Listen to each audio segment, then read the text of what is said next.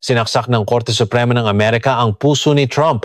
Ang hatol na labag sa batas ng mutual tariffs ay isang malaking sakunang politikal na nag-alis ng buong kapangyarihan ng kanyang estratehiyang pang-ekonomiya sa kanyang termino. Eksaktong 8 araw pagkatapos nito umulan ng bomba sa Tehran ang kabisera ng Iran. Isa ba itong nagkataon lamang? Ngayon kapag binuksan mo ang TV kahit anong channel ay isa lang ang paulit-ulit na sinasabi na inalis daw ang banta ng nuclear ng Iran, na pinarusahan daw ang isang bansang sumusuporta sa terorismo. Ang mga eksperto na hanggang kahapon ay nakakasigurong walang mangyayaring malawakang digmaan ay lahat nagkamali. Bakit sila nagkamali? Dahil binasa lamang nila ang digmaang ito gamit ang diplomasya at mga dahilan. Tandaan ninyo, ang lahat ng digmaan ng Amerika ay isang negosyo na mahigpit na pinapatakbo ng pera at kapangyarihan. Bukod pa rito sa likod ng pagbobombang ito ay nakatago ang nakakakilabot na senaryo ni Trump para pabagsakin ang ekonomiya ng China, isang planong na kompleto sa loob lamang ng 2 buwan na hinding-hindi ibinabalita ng media. Hindi ito kwento ng ibang bansa. Habang nayayanig ang Strait of Hormuz, 70% ng langis na ginagamit natin ay nanganganib na maipit at oras na lang ang hinihintay bago pumalo sa 2,000 won kada litro ang presyo ng gasolina sa mga gasolinahan. Ang stagflation kung saan lahat ng presyo ay tumataas maliban sa ating sweldo ay nasa mismong harapan na natin. Ngayon ibubunyag ko ang lahat mula sa 2 tunay na dahilan ng digmaang ito hanggang sa mga estratehiya para mabuhay at maprotektahan ang ating mga pitaka. Kung gusto mong makarinig ng mga impormasyon na hindi sinasabi ng media, mangyaring mag-subscribe at i-like ang Pandaigdigang Ekonomiya. Ang pagkakamali ng mga eksperto at ang politika ng Amerika. Unang-una, himayin natin kung bakit kahit hulaan ay hindi nagawa ng daan-daang eksperto ang digmaang ito. Ang sagot ay nakakagulat sa kasimplehan nito. Ito ay dahil sinuri ng mga taong ito si Trump bilang isang pangulo at hindi siya binasa bilang isang negosyante. Isang araw bago magsimula ang pagbobomba sa Iran, isang tao na itinuturing na may pinakamataas na autoridad bilang eksperto sa gitnang silangan sa bansa ang lumabas sa broadcast at sinabi ito si Trump ay isang tao na kukuha ng pinakamaraming concession hanggat maaari sa pamamagitan ng negosasyon kaysa sa operasyong militar at pagkatapos ay ibabalot ito bilang isang tagumpay. Sa parehong araw, isa pang propesor na sikat bilang eksperto sa militar ang may kumpiyansang nagpahayag, mas gusto ni Trump ang hapag ng negosasyon kaysa sa digmaan. Ang direktang pag-atake ng militar ng US ay imposible. At bago pa lumipas ang 24 oras hiniwa ng mga B-2 stealth bomber ang himpapawid ng Iran. 2 aircraft carrier strike group ang sabay na nagbuga ng apoy at si Khamenei ay nasawi sa bunker ng kanyang tahanan. Napuno ng pangungutya ang comment section ng broadcast. Ang mga komentong tulad ng kung ganito lang kaya ko rin lumabas sa TV at mag-analisa ay nakakuha ng libu-libong likes. Hindi nagkamali ang mga ekspertong ito dahil sila ay tanga. Ang mismong frame ng kanilang pagsusuri ang mali. Tiningnan lamang nila ang opisyal na dahilan na banta ng nuklear ng Iran. Dahil 3 beses nang isinagawa ang negosasyon sa nuklear, kinumbinsi nila ang kanilang sarili na pipiliin ang diplomatikong solusyon at kinalkula nila na hindi isusugal ng isang pangulo na malapit na ang midterm elections ang panganib ng digmaan. Sa lohika, tila perpekto ito. Ngunit may isang variable na tuluyang nawala sa kalkulasyong ito. Ang hatol ng Korte Suprema noong ika-20 ng Pebrero na labag sa batas ang mutual tariffs. Ang ubod ng kapangyarihang pang-ekonomiya na iwinasiwas ni Trump sa buong termino niya ay gumuho sa loob lamang ng isang gabi. Tinalikuran siya ng Korte Suprema na mayorya ay konserbatibo sa botong 6,003. Para siyang tinraidor ng mga mismong mahistrado na siya ang nag-upo. Tinawag ng New York Times ang hatol na ito bilang pagguho ng pinakaubod ng buong ikalawang termino ni Trump. Sa sandaling iyon, kung kailan nasa pinakamataas na antas ang krisis politikal, kailangan ni Trump ng isang baraha para mabilis na maiba ang atensyon ng taumbayan. At sa kasaysayan ng Amerika, mayroong isang subok ng formula na inilalabas ng mga pangulo sa mga ganitong pagkakataon. Ito ay ang tinatawag na estratehiyang wag the dog. Ang paghampas sa kalaban sa labas para pagtakpan ng krisis sa loob ay isang lumang winning card ng mga pangulo ng Amerika. Kung gayon, talagang pinindot ba ni Trump ang botones ng digmaan para hanapin ang sarili niyang kaligtasan? Para mahusgahan ito, kailangan nating buuin parang puzzle ang mga ginawa ni Trump sa loob ng 2 buwan bago ang pagbobomba. Ang 3 hakbang laban sa China, Venezuela, Greenland at Iran. Kapag itinabi mo ang 3 salitang ito, walang makikitang anumang koneksyon. Iba ang kontinente, iba ang kultura at magkaibang magkaiba ang katangian ng sigalot. Ngunit sa sandaling ihanay natin ayon sa oras sa mga hakbang na ginawa ni Trump sa nakalipas na 2 buwan, mabubuo ang isang napakadetalye at nakakakilabot na larawan. Ang unang hakbang ay nagsimula noong madaling araw ng ika-3 ng Enero ng taong ito. Ang Delta Force, ang pinakamahusay na special forces ng militar ng US, ay palihim na pumasok sa Caracas, ang kabisera ng Venezuela, at hinila si Pangulong Nicolas Maduro mula sa kanyang higaan. Wala pang 4 na oras matapos magsimula ang operasyon, ang pinuno ng bansa doon ay isinakay sa isang US amphibious assault ship at dinala sa New York. Ang opisyal na dahilan ay pag-aresto sa isang drug trafficker. Ngunit ang talagang mahalaga rito ay hindi si Maduro. Ang Venezuela ang bansang may pinakamalaking reserba ng langis sa mundo. At ang bansang pinakamaraming humihigop ng langis na iyon ay walang iba kundi ang China. Matapos patalsikin si Maduro, lantarang idineklara ni Trump sa isang press conference na ipapasok niya ang mga kumpanya ng langis ng US sa Venezuela. Tinawag ng Wall Street Journal ang operasyong ito bilang isang kaganapan na naglalaman ng pagbabago sa direksyon ng diplomasya ni Trump. Hindi ito paglipol sa droga kundi pagsara sa gripo ng krudo na dumadaloy patungong China. Ang pangalawang hakbang ay nangyari sa parehong buwan. Walang ano-anong inilabas ni Trump ang issue ng Greenland. Ginipit niya ang Denmark na ibenta ito at nagbanta pa na papatawan ng taripa kung hindi nila ito ibebenta.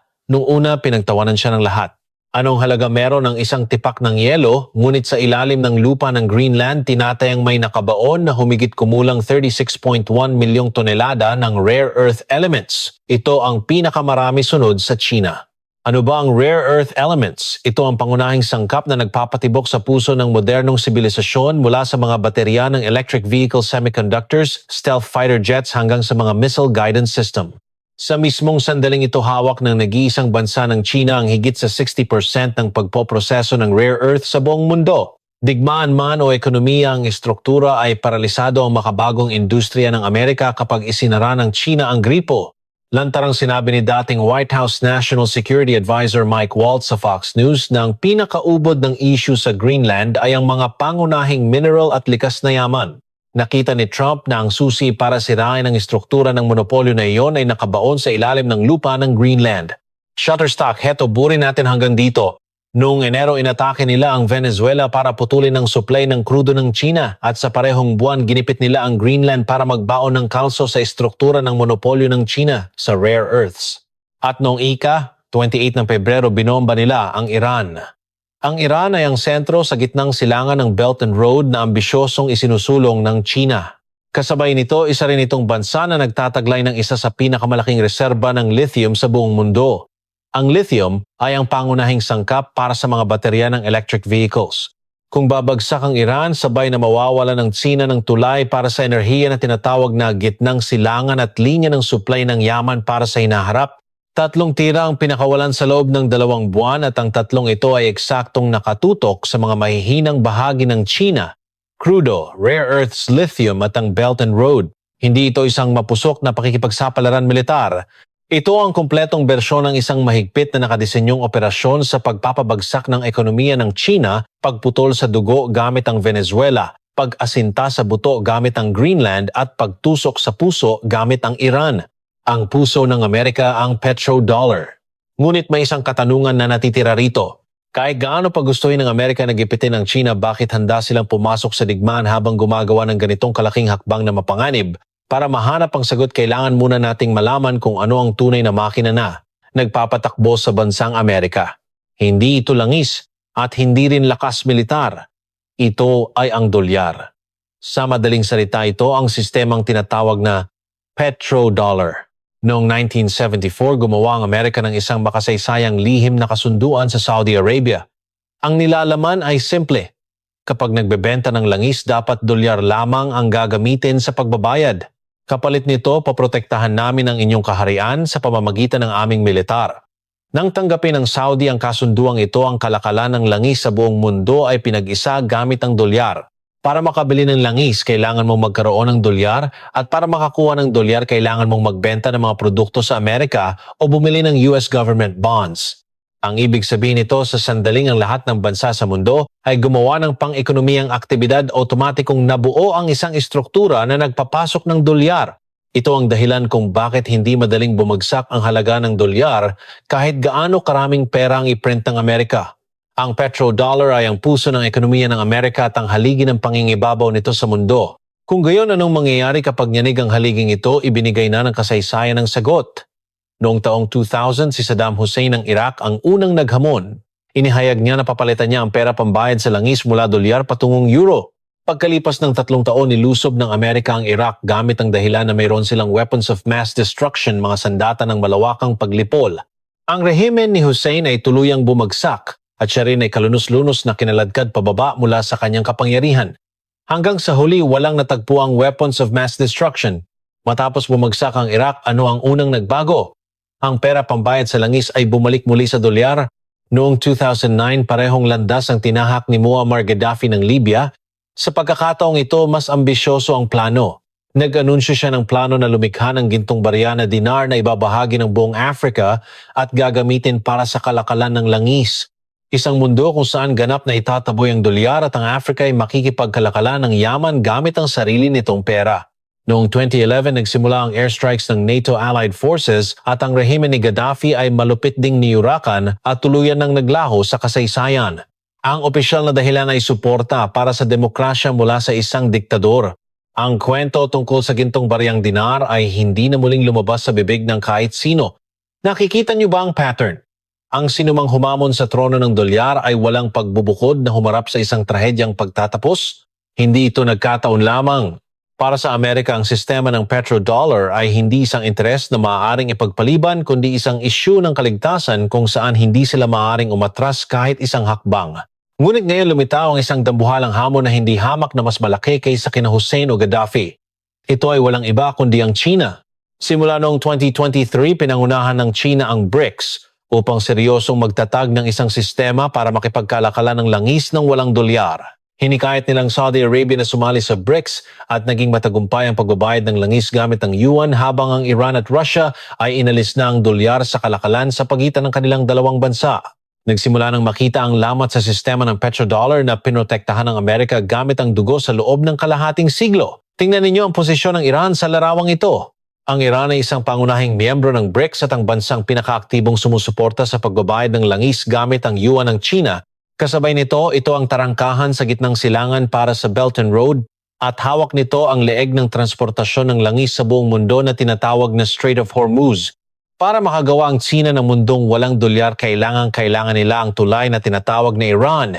Sa madaling salita, sa sandaling pabagsakin ng Amerika ang Iran, mawawala sa estratehiyang laban sa dolyar ng China ang isa sa pinakamahalagang tulay nito. Ang pagbobombang ito sa Iran ay hindi lamang simpleng pagwasak sa mga pasilidad na nuklear. Ito ay muling pagpapadala sa buong mundo ng parehong mensahe na ibinato nila kina Hussein at Gaddafi. Ganito ang mangyayari kapag hinamon ninyo ang pangingibabaw ng dolyar.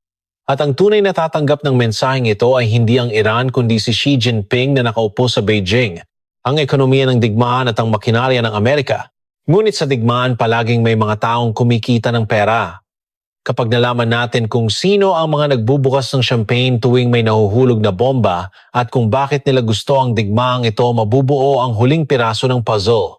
Alam niyo ba kung aling stock ang unang nag-react sa New York stock market noong 28 ng Pebrero kung kailan nagsimula ang pagbobomba sa Iran?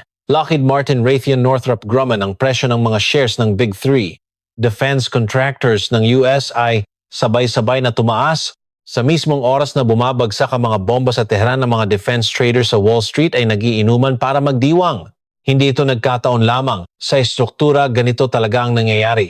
Makukuha mo ang sagot kapag tiningnan mo kung saan matatagpuan ang mga pabrika ng mga kumpanya ng depensa ng Amerika. Ang huling assembly plant ng F-35 ng Lockheed Martin ay nasa Fort Worth, Texas. Ang linya ng produksyon ng missile ng Raytheon ay nakalatag sa Tucson, Arizona. Ang pasilidad ng produksyon ng B-21 stealth bomber ng Northrop Grumman ay nakatayo sa Palmdale, California. Ano ang pagkakapareho ng mga lugar na ito? Lahat sila ay mga swing states sa midterm elections o kaya naman ay pangunahing base ng mga botante ng Republican Party. Kapag sumiklab ang digmaan, dadagsa ang order sa mga kumpanya ng depensa. Kapag umandar ang pabrika, magkakaroon ng trabaho at kapag may trabaho, magkakaroon ng boto. Makikita mo na ang laki nito kapag tiningnan mo lang ang listahan ng mga sandata na ginamit sa airstrike na ito sa Iran. Ang mga B-2 stealth bomber ay lumipad mula sa Whiteman Air Force Base sa Missouri at nagbuhos ng nabianta na GBU-57 bunker busters sa ilalim ng lupa na pasilidad nuklear ng Iran. Ang presyo ng isang bombang ito ay humigit kumulang 3.5 milyong dolyar. Sa pera natin higit pa ito sa 5 bilyong won. Kung 16 na piraso o 80 bilyong won na halaga ng bomba ang bumagsak sa loob ng isang gabi. Idagdag pa rito ang mga Tomahawk cruise missiles, ang gastos sa pagpapatakbo ng 2 aircraft carrier strike groups at ang gastos sa paglipad ng mga stealth fighter jets trilyon-trilyong won ang naglaho sa unang araw pa lamang ng operasyon. At ang lahat ng pera ngayon ay babalik bilang kita ng mga kumpanya ng depensa. Si Trump ay isang tao na mas nakakaintindi sa estrukturang ito kaysa kanino man. Simula nung una siyang nahalal bilang Pangulo noong 2016, ang kanyang relasyon sa industriya ng depensa ay isang bukas na lihim. Agad pagkatapos niyang maupo, nakipagkasundo siya sa 110 bilyong dolyar na kontrata ng armas sa Saudi Arabia at kahit sa kanyang ikalawang termino, itinaas niya ang budget para sa pambansang depensa sa pinakamataas na antas sa kasaysayan. Habang tumatagal ang digmaan, tumataas ang defense stocks, dumarami ang trabaho sa mga pabrika sa swing states at tumataas ang tsansa ni Trump na manalo sa midterm elections. Habang lalong nagbabanta at lumalaban ang Revolutionary Guard ng Iran na i-block ang Strait of Hormuz, kabalintunaan na mas nabubusog ang tiyan ng US Military-Industrial Complex sa estrukturang ito. May isa pa rito. Kapag sumiklab ang digmaan, nagiging hindi matatag ang ekonomiya ng mundo at ang lahat ng pondo sa pamumuhunan ay sabay-sabay na pumupunta sa dolyar. Ito ang phenomenon na tinatawag na King Dollar. Kapag lumakas ang dolyar, sumisipa ang demand para sa US government bonds at mas nakakahiram ng pera ang Amerika sa mas murang halaga. Para kay Trump, nakasisimula palang gumuho ang legal na basehan para sa mutual tariff sa Korte Suprema, ang malakas na dolyar ay isa pang baraha para mapunan ang pagbaba ng kita sa taripa. Parang pinupunan ng digmaan ang krisis sa taripa. Buri natin. Para kay Trump, ang digmaang ito ay pagpatay ng 3 ibon gamit ang isang bato. Unang wag the dog effect na nagtatakip sa krisis sa lokal na politika tulad ng pagkatalo sa Korte Suprema at pagbaba ng approval rating sa pamamagitan ng digmaan. Pangalawa, ang pagkumpleto ng operasyon sa pagpapabagsak ng ekonomiya ng China na nagdurugtong sa Venezuela, Greenland at Iran. Pangatlo, ang pag-secure ng bala para sa midterm elections sa pamamagitan ng pagtaas ng defense stocks at paglikha ng trabaho sa swing states. Ang digmaan na hindi kailanman maipaliwanag sa pamamagitan ng diplomatikong dahilan ay nagiging isang nakakakilabot na makatwirang negosyo kapag tiningnan sa pananaw ng pera at kapangyarihan. Ang epekto sa ating pang-araw-araw na buhay. Ngunit kahit naiintindihan na natin ang malaking laro na ito, hindi pa ito ang katapusan. Sa unang araw pa lang ng operasyon, 3 sundalong Amerikano ang namatay at 5 tao ang malubhang nasugatan. Para sa ilan, isa itong pagdiriwang kung saan tumataas ang stock prices, ngunit para sa iba, isa lamang itong trahedya. At ang tunay na problema ay hiwalay pa rito. Ang mga tilamsik ng apoy mula sa laban ng mga balyenang ito ay umaabot sa atin mismong sandaling ito. Subukan ninyong isipin ang mapa ng mundo. Sa ibaba mismo ng bansang tinatawag na Iran, may isang makitid na daanan patungo sa karagatan. Ang pangalan ng daanan ng tubig na ito na naiipit sa pagitan ng Iran at Oman ay ang Strait of Hormuz. Ang kabuuang lapad nito ay 55 kilometers, ngunit ang bahagi kung saan aktwal na makakadaan ang mga oil tanker ay wala pang 10 kilometers. Isa itong daanan ng tubig na halos kasing haba lang ng distansya mula Seoul Station hanggang Gangnam Station. At ang buong 10 kilometers na ito ay sakop ng teritoryo ng tubig ng Iran. Sa madaling salita, kapag isinara ng Iran ang pinto, walang sino man ang makakadaan. Sa makitid na daanang ito, dumadaan ang 27% ng kabuoang dami ng kalakalan ng langis sa dagat sa buong mundo. At higit sa 80% ng langis na ito ay patungo sa mga bansang Asyano tulad ng South Korea, China at Japan. Ayon sa datos ng Korea International Trade Association, 70.7% ng krudo na inaangkat ng ating bansa ay nagmumula sa gitnang silangan at 95% nito ay dumadaan sa Strait of Hormuz. Patigas, ibig sabihin, LNG 20.4% nito ay mula rin sa gitnang silangan. Kapag naharangan ang kipot na ito, 7 sa 10 bariles ng langis na ginagamit natin ang maiipit. Ngunit itong ika-28 ng Pebrero nagsimulang mangyari ang mismong bagay na iyon. Agad pagkatapos ng airstrikes ng US at Israel, nagsimulang magpadala ng mga VHF radio warnings ang Revolutionary Guard ng Iran sa mga barkong dumadaan sa Strait of Hormuz. Ang mensahe, walang anumang barko ang maaaring dumaan sa Strait of Hormuz. Hindi ito formal na deklarasyon ng pag-block ng gobyerno ng Iran, ngunit iba ang realidad. Malapit sa daungan ng Kasab sa Oman, isang oil tanker ang aktual na inatake at 4 na mandaragat ang nasugatan at ang dami ng trapiko ng mga barko sa Kipot ay bumagsak ng 70% sa loob lamang ng isang araw. Ang Hapag-Lloyd, isa sa pinakamalaking kumpanya sa pagpapadala sa buong mundo, ay tuluyan ng itinigil ang pagdaan sa Kipot at inutusan din ng Nippon Yusen ng Japan ang mga barko nito na umiwas maglayag doon. Sa batas hindi ito isang pag-block, pero sa katotohanan naging sitwasyon nito na parang naharangan na rin ang daan. May isang mahalagang twist dito. Noong ika-1 ng Marso, palihim na pinalitan ng Iran ang barahan nito. Inihayag ni General Mohsen Rezai, dating commander ng Revolutionary Guard, na ang Strait of Hormuz ay magiging bukas sa mga oil tanker hanggang sa may susunod na abiso. Ngunit naglagay siya ng kondisyon na ang mga warship ng US ay maaaring maging target ng pag-atake. Ano ang ibig sabihin nito? Ibig sabihin, hindi tuluyang isinara ng Iran ang Hormuz, kundi bubuksan at isasara nila ito para gamitin bilang isang bargaining chip baraha sa negosasyon. Ito ay isang tahimik na pamimilit na kung gagalawin nyo kami, sasara namin ito ulit. Ang problema ay ang kawalan ng katiyakan na ito ang mismong nagpapabaliw sa merkado. Ang muling pagdaan ng mga oil tankers ay hindi nangangahulugan na maaari na tayong magpakampante. Kung titingnan ang presyo ng langis sa pandaigdigang merkado ngayon, batay sa WTI, pumalo na ito sa higit $75 kada bariles pagkatapos ng airstrike at nagbabala ang Capital Economics na maaari itong tumaas hanggang $100 kapag lumala ang sitwasyon. Si Helen McCroft, ang Global Head of Commodity Strategy sa RBC Capital Markets, ay nagdagdag pa na kapag tuluyang naharangan ng Kipot, maaaring pumalo ang presyo mula $120 hanggang sa pinakamataas na $150. Ngayon ay nasa $70 ang presyo ng langis, kaya sa pinakamalalang sitwasyon, higit pa sa dodoble ang itataas nito. Kapag dumoble ang presyo ng langis, anong mangyayari sa presyo ng gasolina sa mga gasolinahan? Sa simpleng kwenta lang, madali itong lalampas sa 2,001 kada litro. Ngunit ang presyo ng gasolina ay simula pa lamang. Ang langis ay nakatago sa halos lahat ng aspeto ng ating araw-araw na buhay. Ang diesel na nagpapagana sa mga delivery trucks ang gastos sa transportasyon ng mga pagkain na nakadisplay sa mga mart ng petrochemical raw materials na ginagamit sa paggawa ng mga plastic bags at lalagyan. Kahit ang pataba na ginagamit sa pagsasaka. Kapag sumirit ang presyo ng langis, tataas ang gastos sa logistic, at kapag tumaas ang gastos sa logistic, sunod-sunod na tataas ang presyo ng mga bilihin. Sinuri ng Korea International Trade Association na kung dadaan sa ibang ruta, maaaring tumaas ng hanggang 80% ang sea freight rates at madaragdagan din ng 3 hanggang 5 ben araw ang oras ng transportasyon. Kung titingnan ang mga nangyari sa nakaraan, may pagkakataon na ang premium sa insurance ay tumaas ng hanggang 7 beses. Ang lahat ng karagdagang gastos na ito sa huli ay ipapasa sa presyo para sa mga mamimili. Idagdag pa rito ang exchange rate. Kapag naging hindi matatag ang mundo, ang pondo sa pamumuhunan ay sabay-sabay na dadagsa sa dolyar. Kapag sumirit ang $1 exchange rate, mas lalaki ang babayaran para sa pag-angkat ng langis at tataas ang pangkalahatang presyo ng mga inangkat na produkto.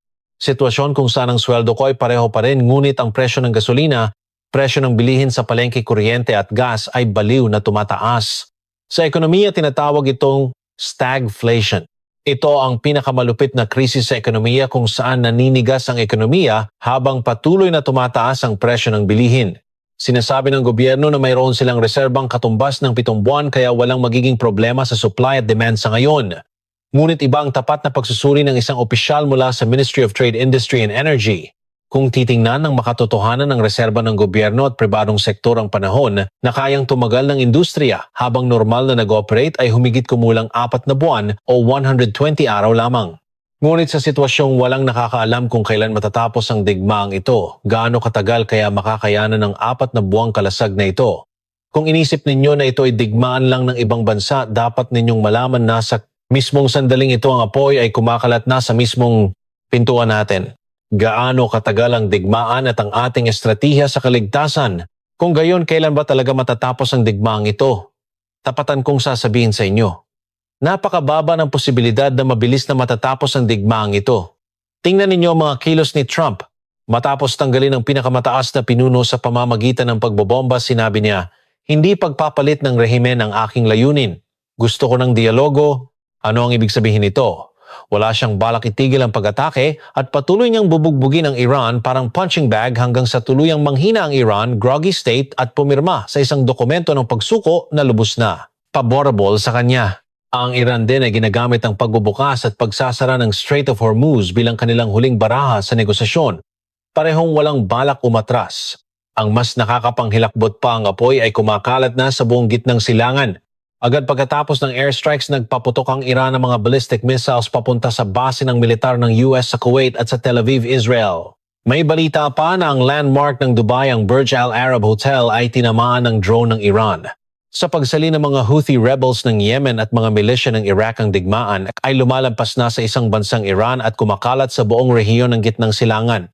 Tinitingnan ng mga internasyonal na eksperto ang kasalukuyang sitwasyon at nanginginig sa takot na tinatawag itong pinakamalalang krisis mula noong 1973 oil shock. Nang mga panahong iyon, mabilis na tumaas ng 4 na beses ang presyo ng langis at lumikha ng isang pang-ekonomiyang impyerno kung saan ang presyo ng mga bilihin sa buong mundo ay nagwala. Ngunit ang sitwasyon ngayon ay mas malala kaysa noon. Noong 73, ang mga bansang nagbebenta ng langis ay nagtampo lang at nagsabing, konti lang ang ibebenta naming langis at kusa nilang isinara ang balbula. Ngunit ngayon mismong sa karagatan kung saan dumadaan araw-araw ang halos 30% ng langis sa buong mundo ang binabagsakan ng mga bomba. Ang sitwasyon ay mas malala dahil mismong ang daanan ng mga barko ang sinisira. Kung gayon, sa gitna ng walang kapantay na kawalan ng katiyakan, na ito paano natin mapoprotektahan ang ating pera at ari-arian? Tandaan lamang ang 3 bagay na ito. Una, kailangan nating tutukan ang mga nauugnay sa krudo at enerhiya. Habang tumatagal ang digmaan, tataas ang presyo ng langis. Ang pinakamadaling paraan para ma-access ito sa Korea ay ang tingnan ng WTI Crude Oil Futures ETF o ang US Energy Sector ETF. Ngunit may mga dapat pag-ingatan. Sa Crude Oil Futures ETF, nagkakaroon ng rollover cost kung saan nasasayang ang komisyon kada buwan dahil sa paglipat ng kontrata. Dahil maaaring mabawasan ang kita kapag hinawakan ito ng matagalang tama, nalapitan ito bilang isang paraan ng panandaliang aksyon. At mapanganib din na ilagay ang lahat all-in ngayon lalo pat umakyat na sa $75 ang presyo ng langis. Mas ligtas na unti-unting kumuha ng posisyon sa pamamagitan ng pagbili ng paunti-unti. Pangalawa, suriin ang proporsyon ng inyong mga dolyar na asset. Sa tuwing may pumuputok na baril sa gitnang silangan ng pondo ng mundo ay tumatakbo patungo sa dolyar, tumataas na ang $1 exchange rate at kung tatagal ang digmaan, mas lalakas ang pressure sa pagtaas nito. Ang mga dollar deposits, US short-term bonds at mga asset na tulad ng ETF ay nagsisilbing parang bulletproof vest sa ganitong sitwasyon. Kapag tumaas ang exchange rate, tataas din ang halaga ng asset batay sa won. Kung mayroon na kayong hawak na dolyar, huwag kayong magmadaling ibenta ito. At kung wala pa, isaalang-alang na ilipat ang kahit isang bahagi ng inyong sweldo sa dollar assets. Isa pa, ang ginto ay isa ring tradisyonal na asset sa panahon ng krisis, ngunit dahil nasa pinakamataas na presyo na ito sa kasaysayan, maaaring maging mabigat na pumasok ngayon. Kung may ginto na kayo, itago nyo lang at kung bibili pa lang kayo, inirerekomenda ko na mamuhunan ng maliit na halaga at i-diversify ito. Pangatlo, at ito ang pinakamahalaga. Huwag kayong magpapadala sa takot at itapon ng buo ang inyong portfolio. Kapag sumiklab ang digmaan ng stock market, ay babagsak sa simula. Ganito ang nangyari noong 9/11 sa taong 2001 at noong digmaan sa pagitan ng Russia at Ukraine noong 2022. Ngunit sa kasaysayan ng merkado ay kadalasang nakakabangon sa loob ng 6 na buwan matapos sumiklab ang digmaan. Kung ibebenta nyo ang lahat ng inyong stocks ngayon dahil sa takot, mawawalan kayo ng pagkakataong makasabay kapag bumangon na ulit ito. Ang pinakamatalinong estratehiya ay ligtas na itali sa cash o dolyar ang pera na gagamitin kaagad at huwag galawin ang mga pondo para sa pangmatagalang pamumuhunan. Ngunit kung ang isang malaking bahagi ng inyong portfolio ay nakasalalay sa mga industriyang may mataas na pag-asa sa gitnang silangan, halimbawa airlines, shipping at petrochemical stocks, mas ligtas na bawasan ang bahagi nito. Ngayon, sa kabilang banda, ang defense, energy at cybersecurity stocks ay mga sektor na makikinabang kaya matalino na ilagay ang mga ito sa inyong watchlist. Konklusyon. Heto, kung bubuurin natin ang buong kwento hanggang ngayon sa isang pangungusap, ito yon. Binabaliktad ni Trump sa gitnang silangan ng laban na natalo siya sa Korte Suprema at ang mga tilamsik ng apoy mula rito ay sinusunog maging ang ating mga bulsa sa kabilang panig ng mundo. Ang dulo ng digmaang ito ay isa sa dalawa, luluhod ang Iran at matatapos ang negosasyon sa mga kondisyong gusto ni Trump o kaya naman ay tatagal ang hatakan at ang buong gitnang silangan ay magiging isang malaking imbakan ng pulbura. Magtatapos kaya ang sugal na ito ni Trump bilang isang napakagandang deal sa kasaysayan. O lalaban ng Iran hanggang dulo kaya't lalala ang pinsala na aabot hanggang sa atin. Mangyaring iwan ang inyong mga opinyon sa comments. Kung naging kapaki-pakinabang ang video na ito, mangyaring mag-subscribe at i-like ang Pandaigdigang Ekonomiya.